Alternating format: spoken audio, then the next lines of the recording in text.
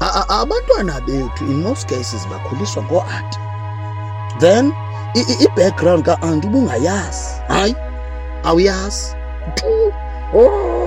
Uyalantsika, abantwana mabakhule ngendlela yakho, kungeyaloso ukuba no-housewife apha endlini. Wena ndoda usebenze, awuyiboni uba mandi kanjani uba sesikolweni ngokwakhe ekuseni, umthengele imoto.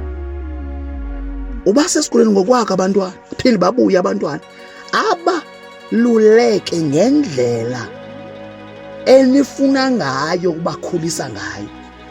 Namhlanje abantwana uthi ngoku akhulayo uthi hayi lo mntana ndimaba wangena intoni, kanti yindlela akhuliswe ngayo ngu-anti, ube ungayazi i-background ka-anti. Yeva ngoku? Yalantsika.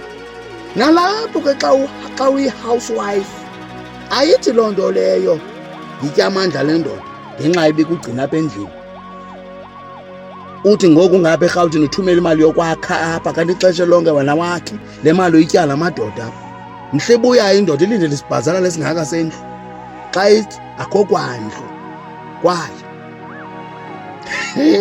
Yebethonana, xa uyindoda awujongi into zagrosa zantoni, unikisa imali emfazini xa uno-housewife. Phinde ubethwe kuthiwe ayikho iswekile, kanti iswekile isekhona iphaa ekhabhathini. Uyabethwa xa kusebenzisa imali. Asithi ke bafazi ka sinenzo housewife siyuzeni, hayi silungiselela nje ukukhula kwabantwana, bakhule besemgcini, bekhuliswe nguwe. Bathi noba bayaphuma esiporweni nantsika, ube uyazi uba bebekhuliswe nguwe. Undive kakuhle? Kwatsha phaa.